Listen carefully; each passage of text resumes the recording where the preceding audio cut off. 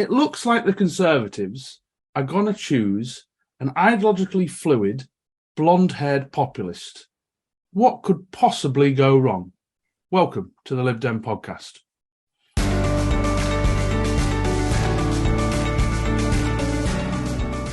Hello, welcome back, everyone. Thanks very much for tuning in, whether you are listening to us as a podcast or you're watching us on YouTube. We really appreciate you coming and listening to our latest ramblings. And don't forget to subscribe, always helps us grow the podcast. And we've got two of our regulars here today because we're going to talk about Liz Truss versus Rishi Sunak in the final two of the leadership contest. We have the leader of the Liverpool Lib Dems, Richard Kemp. Hello, Richard. Hi, nice to be back. Back again, not long since your last episode. We've got regular panelist Alison Bennett from Mid-Sussex. Hello, Alison. Hi, John. And a first-timer, and we couldn't get anyone probably better qualified to come on the podcast. It's an absolute delight. We've got Antoinette Sandbach, the former MP for Edelsbury, has joined the podcast for the first time. Hi, Antoinette. Hi, John. Right. Well, Antoinette, maybe we should start with you. I mean, were you surprised that these two ended up as the final two, Sunak and Truss? Well, I think probably not surprised, given how the MPs voted and the very sustained campaign against Penny Mordaunt, which was clearly designed to make sure that she went out of the final two. But I am slightly depressed by it. Yeah. What about you, Richard? I'm more than slightly depressed. I'm horrified, frankly, that one of our great parties, with people in who, when I first came into politics, I could work happily with, although I disagreed with many of their policies, has descended to one type of populist or another. And as a believer in evidence-based and pragmatic politics, albeit behind my liberal principles, I can see no pragmatism and no principles in either of the contenders to be Prime Minister. Now, Alison, these two were you surprised with the viciousness of the Penny Mordaunt against Penny Mordaunt, or did you always think it was going to end up as these two? I mean, it was pretty brutal, wasn't it? It was the front page of a number of the dailies for the entirety of the selection process in Parliament with the MPs voting. Yeah, it was pretty clear that they wanted Truss in the final two and definitely not Penny. But maybe it was always the way with a lot of influence being, I'm not sure whether the influence is being put by number 10 onto the papers or the other way around, but it feels like they're in lockstep with each other. Just because you're here, Antoinette, I might as well use it. So obviously you had some time with them when you were a member of the Conservative Party and an MP in Westminster. What were they like? We'll start with Sunak, shall we? What was Rishi like to work with? Well, I wouldn't say that I worked with either of them particularly in any depth, although Liz Truss, when she was in the Treasury, did get me in to talk about what was needed in my constituency, which is rural transport and good internet connections. Connectivity was absolutely critical for our area. And I thought that was quite clever of her because it meant that she got to know what every MP needed in their particular patch, which I suspect has served her quite well in the leadership campaign. And I would say in my time at Westminster, obviously there were a number of people at that point vying for the leadership. I think the perception was after the 2017 election that May wasn't going to last for very long. I think what worries me now is the people who are backing Truss. She's got the hardcore ERG, the European Research Group, and the even harder core Spartans, people like Marc Francois, Theresa Villiers. And that really worries me and indicates the kind of move towards populist politics that Liz Truss has done. And I think it reflects a greater fundamental split in the Conservative Party. And for me, this leadership election is going to indicate which wing of the party, whether the kind of populist style of the Johnson politics and it is there to stay. Although I see Rishi Sunak is now also talking about limiting refugee numbers, and it seems that they're pandering very much to the right of the Conservative Party, which electorally I think will be a mistake for them in the long term, whichever candidate is chosen. You mentioned before a fundamental split. Do you think this is going to be the fundamental split and the Tory party will actually splinter? And people like you, Rory Stewart, have already left some time ago. Is there now too big a divide between parts of the Tory party?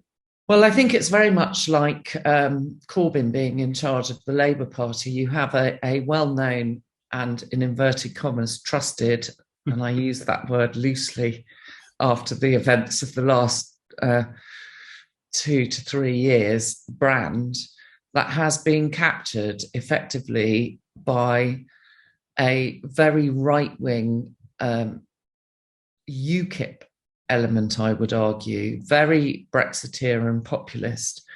And I felt that had happened some time ago, and that was one of the reasons why I decided to leave the party, because I don't think that they're going to, well, this leadership election, I think, will give a big indication about how deep that capture of the Conservative Party has been. And if Truss wins the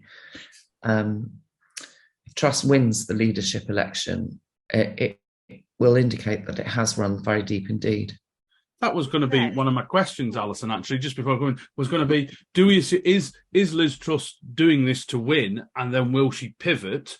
Or is that just hopeful thinking that we thought that about Donald Trump? Remember at the time, we thought he won't be that nuts as soon as he gets into office, and he clearly was, and even after. Do you think do you think that this is just to win the election?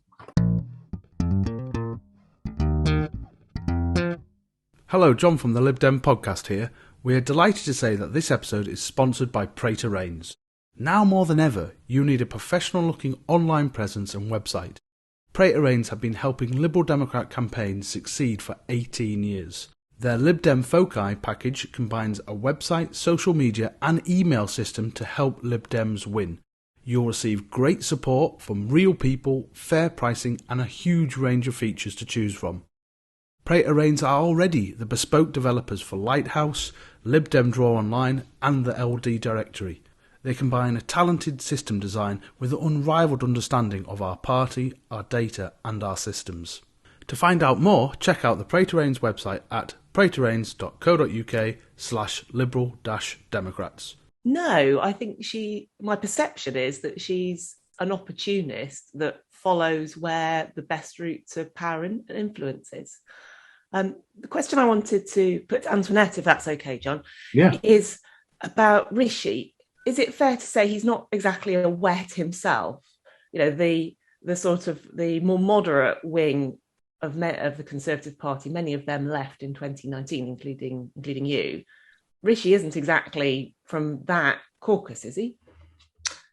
No, but I would argue that he's more sensible and rooted in, has a greater link with what I would never have put him as a One Nation Conservative, and I don't believe he was in the One Nation Conservative group when I was, but that was some time ago, so I wouldn't be definite about that.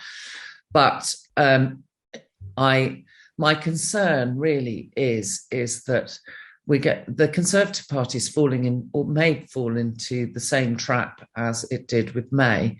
In other words, she was seen as a Remainer, and in order to convince people that she would deliver the Brexit that had been voted for, in inverted commas, she went further right than she needed to. And in fact, if she had looked at what the arguments were in detail during the referendum, she would have seen that an EFTA-style Brexit was really what was being argued for. And instead and my concern with Truss is that she will do the same, and that particularly as she's got, her support is mainly coming from the ERG, Spartan right-wing side of the party, that if she doesn't deliver how they see their objectives to be, amongst which is deregulation and the low tax economy that we see her talking about at the moment, that very soon we'll be in the same position again. Yeah.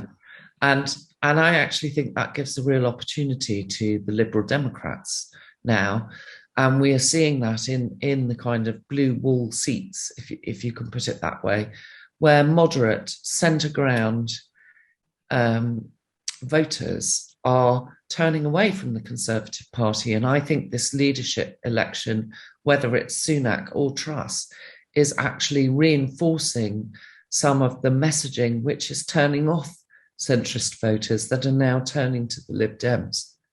It's interesting. Polling that's been done over this last week of Truss and Sunak believe that 43% of Conservative Party members polled believe that Liz Truss is the candidate for change, despite the fact she's obviously been the Johnson loyalist. So I wonder if there is an opportunity to reinvent itself. But I get what you guys are saying, that she's almost overcompensating because obviously there's lots of pictures of her being a Remainer, being a Lib Dem in the past and stuff like that. Is she going to go completely ideologically the opposite to prove what a true blue Tory she is, Richard?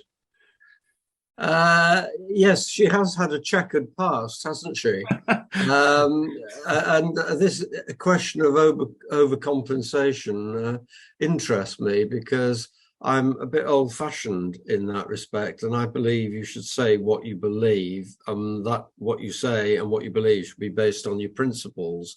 The only reason you change your policies is because of circumstances which change over the time. You change your policies to meet those.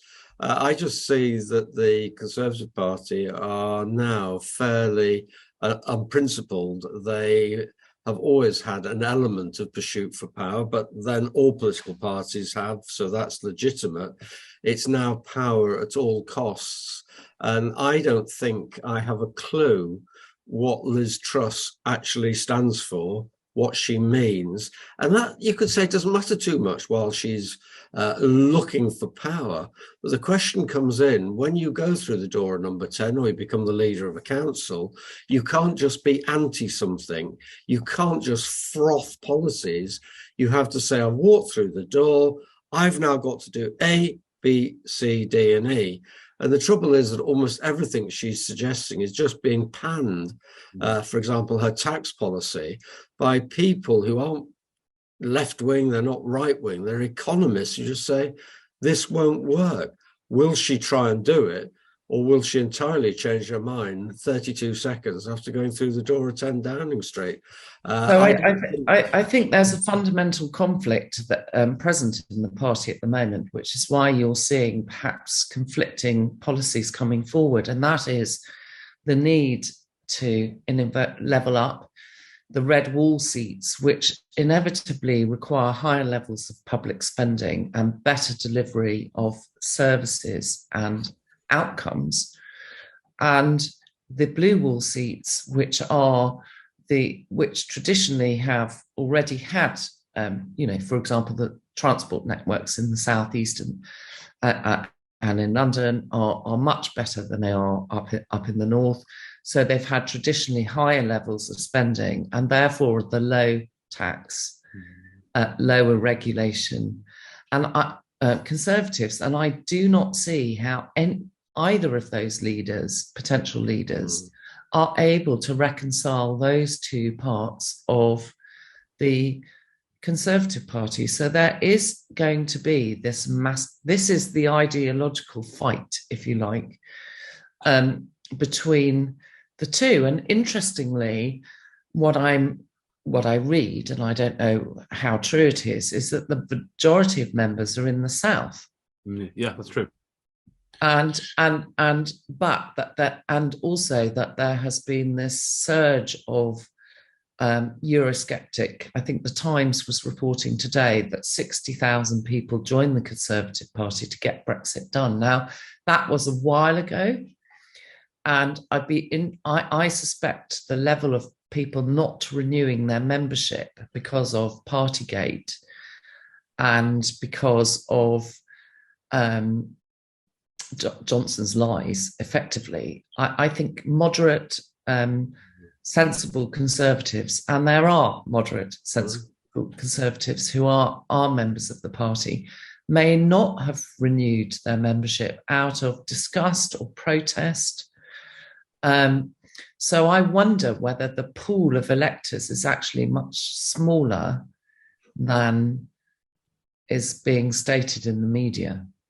I mean, we should ask the basic question of all four of us, beg your pardon, is that who do you think will win? I mean, I as soon as Truss got into the final two, in fact, as soon as Kemi Badenoch went out, I thought, right, Truss has won. Now, Richard, I'll start with you. Who's winning on you? Where's your money at? I'd go for Truss, only because I want to make some money out of it, not because I have any. Good noble thinking there, Richard. Alison? I think Truss, because for a long time she's topped the polls on Conservative Home as the most popular cabinet member out of all of them. And 6-7 months ago, I remember chatting to somebody about it. I just don't see what they are seeing, but they seem to really love her. Yeah, and Antoinette, I'm not going to make a prediction. Oh, right, okay. The Conservative electorate has been described as the most duplicitous in history, whether that's the MPs or the members, I can't really say, but I think it's quite dangerous to make the assumption that it will be Truss. Yeah. And I think you have to look at the point that Rishi has had a larger number of MPs and who do have some influence in their constituencies.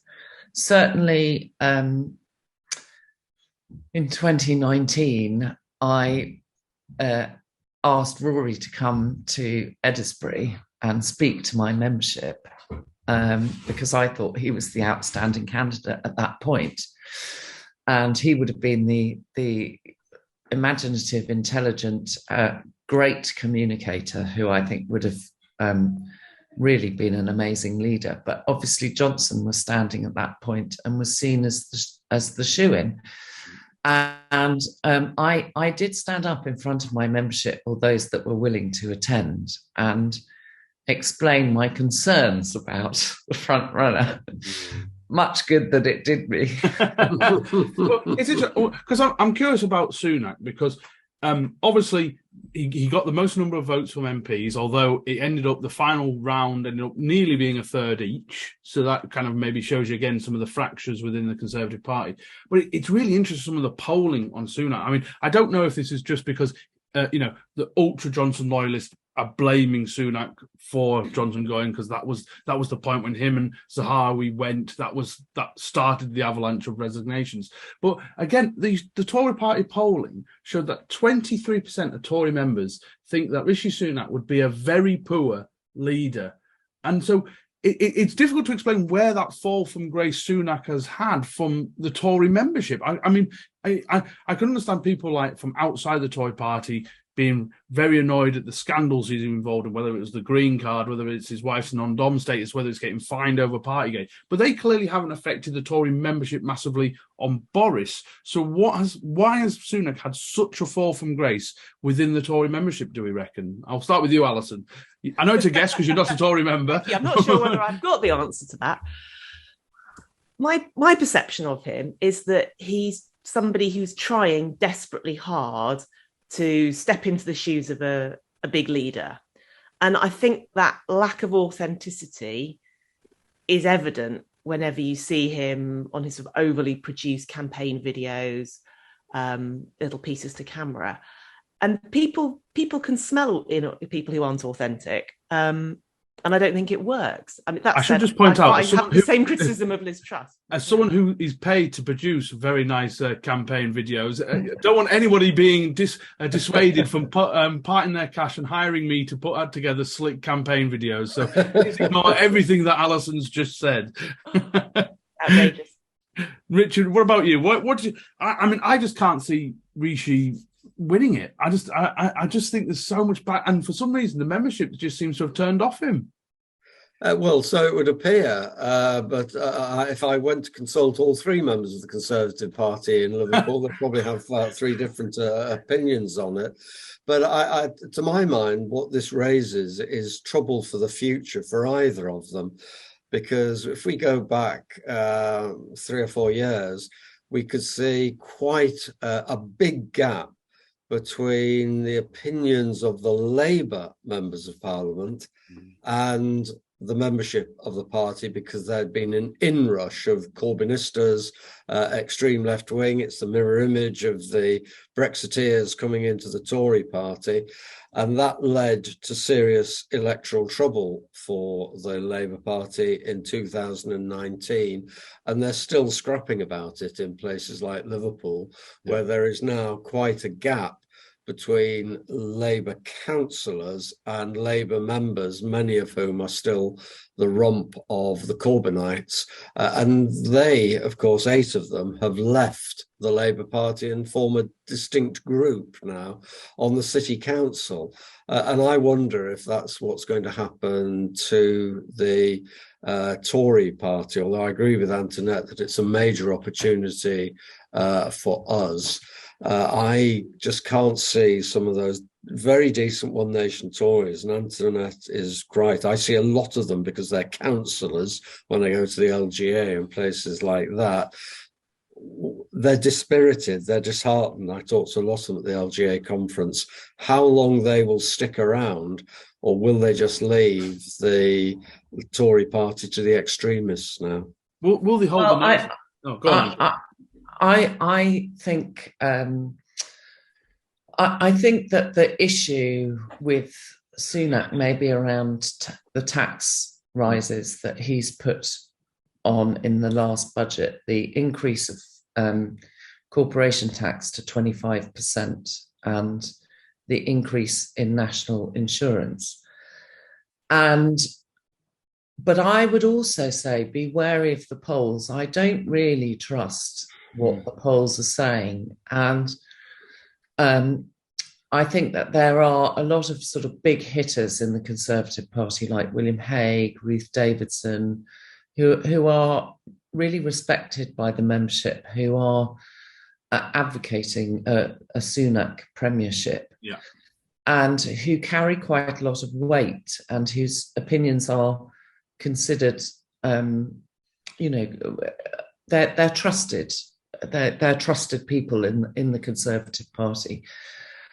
So for me, it's really going to boil down to how much of that of the membership of the Conservative Party remains that moderate, centre ground, Conservative membership. And that's something that only CCHQ will know. I mean, I wouldn't have a clue, having left as long ago as I did. My worry is that, well, I think what history shows is when the Conservative Party lurches to the right, it loses power and it stays out of power for quite a long time. And so my view is whoever leads the Conservative Party at the moment, I think the damage that Johnson's done in the country, I mean, I'm here in rural Cheshire. I have North Shropshire as my neighbouring seat that voted 70 or 68% Brexit, I think it voted. It has a very similar demographic to the demographic I have in my own seat. And for the Liberal Democrats to win that seat by a majority of 6,000 was really extraordinary. And again, to do the same in Tiverton and Honiton. And that is voters walking with their feet. And it seems to me that whoever is elected as the leader is very unlikely in the 2 years that they have, with rampant inflation, a cost of living crisis that is really hitting home, not just to the very poorest in society, but to average earners.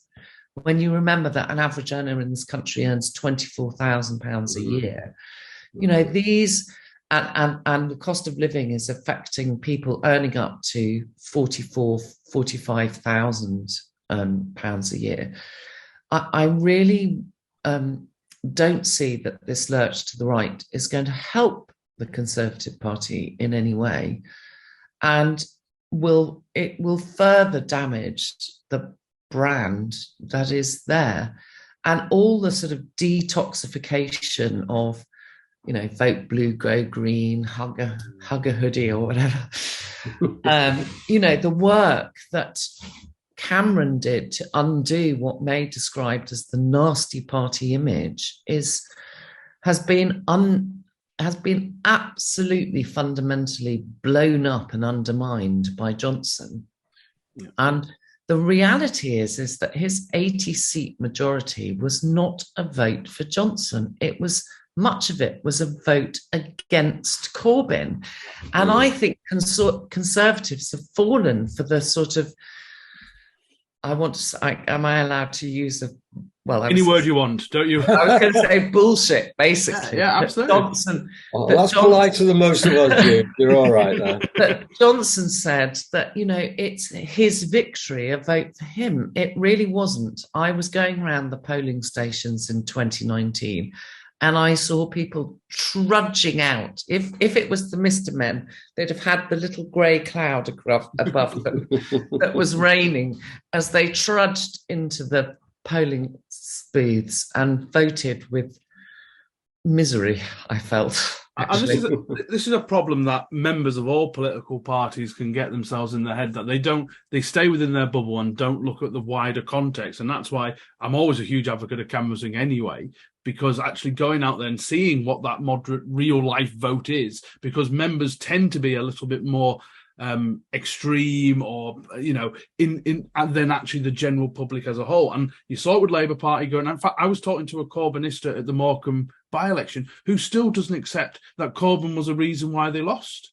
You know, and I feel the Tories are going to do the exact same thing. In fact, Lib Dems are not out of the woods with this either. I mean, we saw that with the revoke policy, when actually, and the report that came out said that was members talking to themselves too much and not having a grasp of what that would mean outside of our little bubble. And I just think we've talked about it a little bit about what this would mean for the Lib Dem chances going forward. I mean, anyone who went to Tiverton and Honiton or North Shropshire in campaign heard the toxicity that the Johnson brand had now got as being incompetent, out of touch. And, you know, so someone like Truss can dress up like Margaret Thatcher all she wants.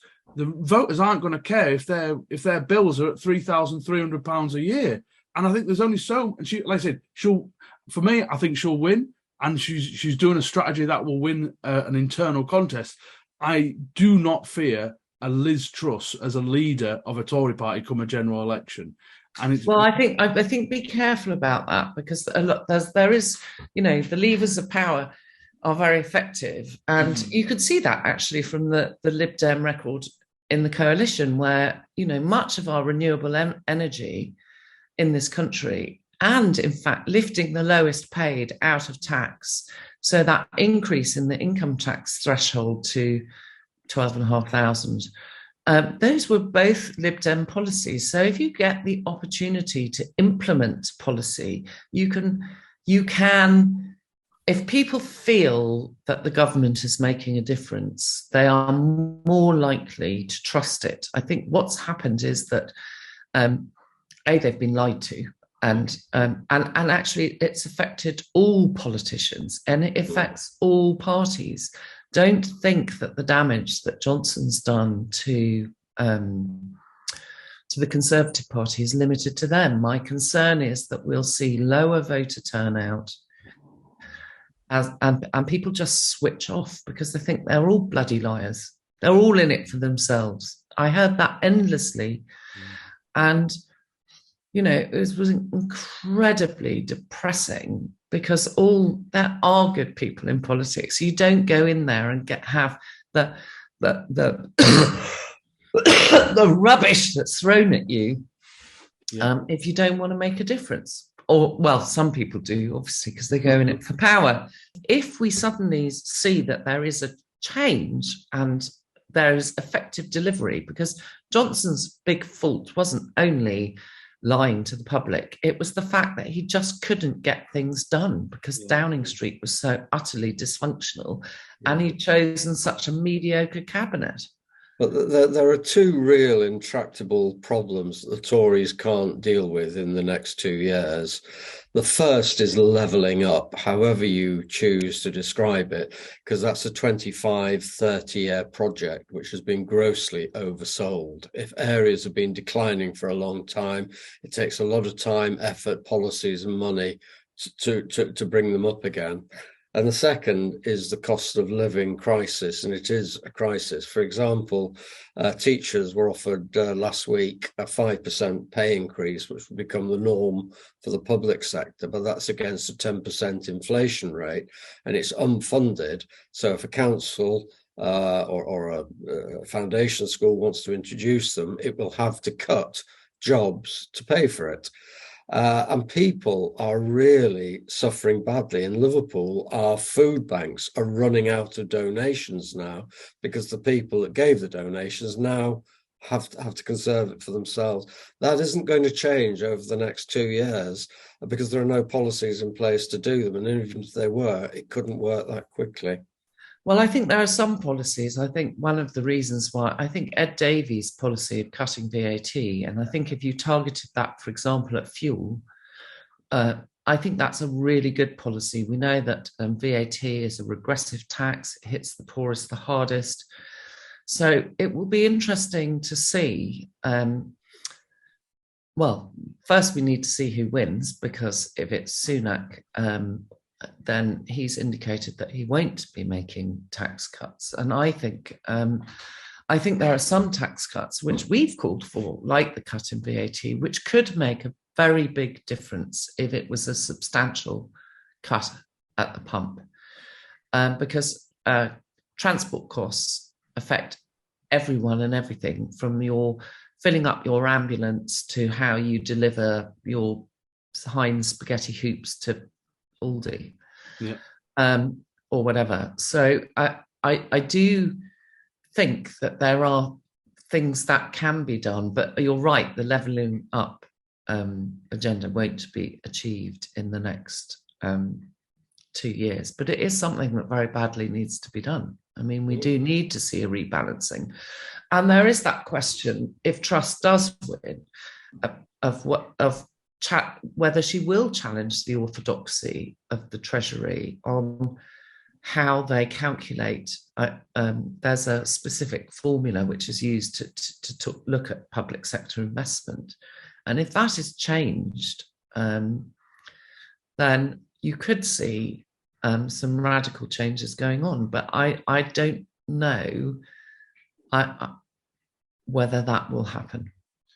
Alison, I'm going to ask you another awkward question. I don't know why I keep picking you, but it's going to be... So, Alison, you've obviously been selected to stand at the next election. And I'm really interested in this kind of... Because I've fallen into a trap here of thinking, actually, either of these two is good for the Lib Dems. And like Antoinette was saying, there's 2 years for them to use the levers of power to help them and the Conservatives. But this kind of erosion of trust in politics. So, we've all had it. I'm sure all politicians from all levels have had you're all the same. So voter comes to you in mid-Sussex and says, you're all the same. Why? I'm a moderate Tory, don't like this government. Why should I vote for Alison Bennett? Yeah, I had exactly this conversation. One of my children finished primary school this week, and there was a Year 6 Leavers party, and the disco's pumping, and a mum comes to me and tells me how she hates all politicians and how the Conservative Party is funded by the Russians and the Labour Party is funded by the Chinese. And I'm like, like, well, I just go around asking for tenors. Alison? Sorry, Richard? Who does she think funds us? I'd love to know. I'm like, nobody's funding us apart from, Standall companies. And raffle at a fundraiser. And you're absolutely right. There's this huge, you get it all the time, every time you canvass. You'll get somebody who just says, you're all the same, you're all in it for yourselves. And I normally say, well, in 2015, when I joined the Lib Dems, I decided that I could either just grumble away and do nothing, or I could join and try and do something. And people said it, you've heard this story before, I think, John, but, people said, where you live in your very conservative village in West Sussex, you're wasting your time.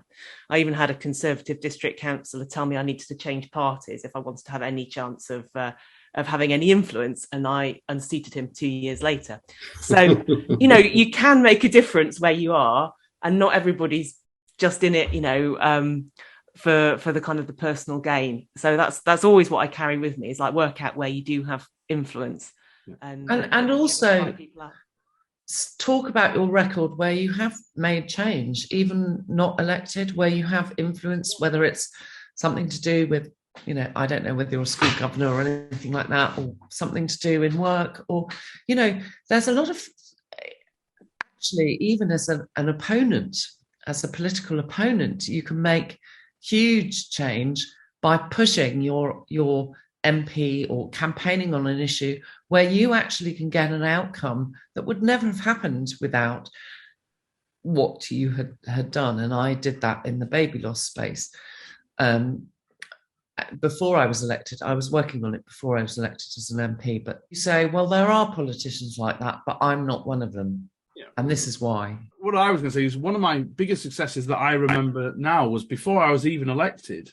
There was a campaign, an article came out about, the number of pensioners who don't actually claim all the things they are eligible for and who are living in poverty. This was under the tail end of Gordon Brown's government. And I just did a campaign saying, look, if in doubt, check this thing out. And a chap had then got in contact and ended up, he didn't need, because he was being cared for, didn't need to be paying his council tax. And so it saved him all that money throughout the year. And I still think back, he's probably long gone now, because like I said, I've been elected for 12 years. But I think that was a point I did it. And I just did it just myself, my little campaign, doing that and making a difference. And then when someone comes to you, it also, from a campaigning point of view, if you are campaigning and active and getting stuff done, whether it's fixing potholes or saving a library, no one can come back in and say, when the opposition say, oh, Potter's an absolute horror. Well, actually, yeah, you say that, but I've spoke to him 5 times on the door and I've never spoken to you once. It's incredible how that will work. But Richard, you've been around the longest. How do you get over these kind of this distrust in politics? I thought you were going to ask me what I achieved before I was a councillor, but I can't remember that far back, to be honest with you. It was during the war, Richard. It was just after. How do I do it? Well, I do it by doing what I did this morning. I was out delivering for an hour and a half. It's a lovely morning. There weren't too many people around, but I chatted to everyone I saw. And you build the reputation of being the people that are around. And I've had people saying, I don't believe a word that you stand for. I don't believe anything. But I'm going to vote for you because I haven't a clue what the others actually believe in, because they never come and talk to me. So I do think that old Lib Dem, or Liberal, as it was when I first joined, DNA of being out there and being seen is of vital importance for us anyway. Well, what is the current DNA, do we think? I mean, I want to kind of round this off now. Under the assumption, whichever Truss or Sunak wins, what kind of input are they going to have onto the Tories within the next 2 years? At the moment, I can't think of what the Tories stand for or what's their big pitch going into the next election. And they've only got 2 years to do it. And the economic circumstances are going to get worse before they get better. So I'll go to you, Antoinette, first. But so where can the Tories possibly go? What's their pitch for the 2024 election? Well, it'll be a coalition of chaos, I think. Again, some form of that against us and Labour and the SNP. But the positive pitch has to be around competence. On the whole, Conservatives are not liked. So if the government can show itself to be competent and honest, then they may claw back some of the damage that has been done. And I think that one of the interesting things that we haven't seen from either of the leadership candidates is a restoring trust in politics and beefing up the ministerial code and the Nolan principles of public life, and potentially putting the House of Lords scrutiny committee, or which scrutinises public appointments, to the House of Lords on a statutory footing and giving them independence. I think it's very worrying what we're hearing about Johnson and his potential lavender list and resignation honours. And so the job of the next PM is to rebuild trust in Parliament, which I think has been undermined by the populist politics and we've got easy answers to difficult questions. So let's see what happens. I think if they don't do that, it will damage the Conservatives particularly, but all parties. Richard, you were in Tiverton and Honiton, and we reported on it on our podcast coming back that actually there was no great love for Keir Starmer there at all. So how does this play out? I mean, we have seen again all the asterisks around what to believe with polls, but actually there has been a little bit of a bump in Keir Starmer's ratings, mainly just because the Tories are in utter chaos. So how does this play out as someone who has no Tories at all? How does this play out for Labour Party, do you think? I think Labour are in some difficulties because they still have splits of their own, which came out, 2 weeks ago, over anti-Semitism. A considerable part of the Labour Party are asking now, what do we stand for? Because I don't see a clear narrative which explains that if you elect a Labour government, this is what you'll get. And I must say, as someone who will be skiving off from the Lib Dem conference, because to go to my son's wedding, which I consider considerably more important, I don't see that in the Lib Dems at the moment either. I think people see as nice, fluffy, not as tainted as others. I think Antoinette's right, we're all tainted to some extent. And our way through this is to put forward reasonable, presentable, thoughtful people who can articulate an alternative, which must surely segue us very neatly to Alison, who embodies all those principles, as far as I'm concerned. You're too kind. Well, yes, I am. It's interesting, Alison, because based on this conversation, if we think that both the Conservative, Labour and the Lib Dems are all struggling to figure out exactly what their general election pitch stroke identity is going to be, does that leave a huge worrying hole that nationalists or whatever else can come into that and say, well, look, this is our pitch. It's very simple: independence for Scotland, or send more people to Rwanda, or whatever they want to do. A vacuum's a dangerous thing in politics. Yeah, I think a podcast that's worth listening this week in terms of the economic offering is The Rest is Politics with Rory Stewart and Alistair Campbell, and they interviewed Keir Starmer earlier in the week. And at the end of it, Rory Stewart was saying how frustrated he was by the lack of an economic agenda from Keir Starmer and exactly what the Labour Party are going to do. So in terms of the opportunity for the pitch for the Conservative Party at the next general election, there is a gap there that currently the Labour Party aren't filling, and maybe it will be a return to true conservatism and low taxes and not the highest tax rate since the Second World War. I think for the Liberal Democrats, our pitch has to be about integrity and standards and constitutional reform. I think that's sort of absolutely, as Antoinette was saying, so important that somebody's speaking up for that. I know that on the doorstep, though, that's not necessarily the first thing that people are going to be talking to you about. Yeah. So then it comes back to what's distinct about us. Maybe in the short term, the cut on VAT is the right kind of place to be going to, but it has to be a more comprehensive package than that. There we go. Richard? I think that Alison is quite right, that it's not the first thing on the doorstep, but it depends what you say. If you say, do you believe we should have a fundamental constitutional reform, a written constitution in England down the pub, they'd say no. If you say, do you think we should clean up this bloody sleaze, and isn't it disgraceful that too many people are on the take, they'd say yes. So it is a question of how we frame it, because I think there's a lot of interest in the second question, but not the first. And you can see that, to bring it back to Liverpool, a lot of people mouthed off about the mayor, but 4 people 4% of people responded to the consultation. They're interested in Liverpool, where we've got 60% of our population super output areas, which means they're in the bottom 10% in terms of the economy, in how they're going to survive till Friday when they get paid.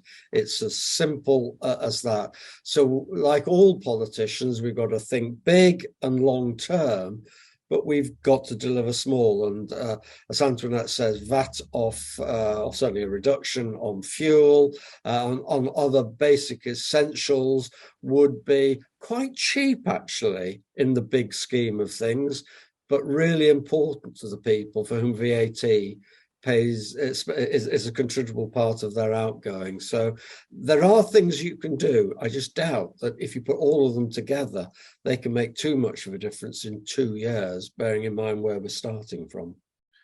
And we always like to end it, a podcast saying, what our regular campaigners, members, because not all of us have influence in Westminster, is to say, actually, go out there and find ways of being active yourself in terms of whether you've got a local charity, like I'm a trustee of, that is, there we go, resident surveys, well done, Mr. Kemp. Go out, find what the issues are, and fight for them. And that's what you can do. And whether you're in a complete black hole area, don't forget, next year, there's massive local elections next year with lots of areas up for their all-ups. Come and help in Edinburgh.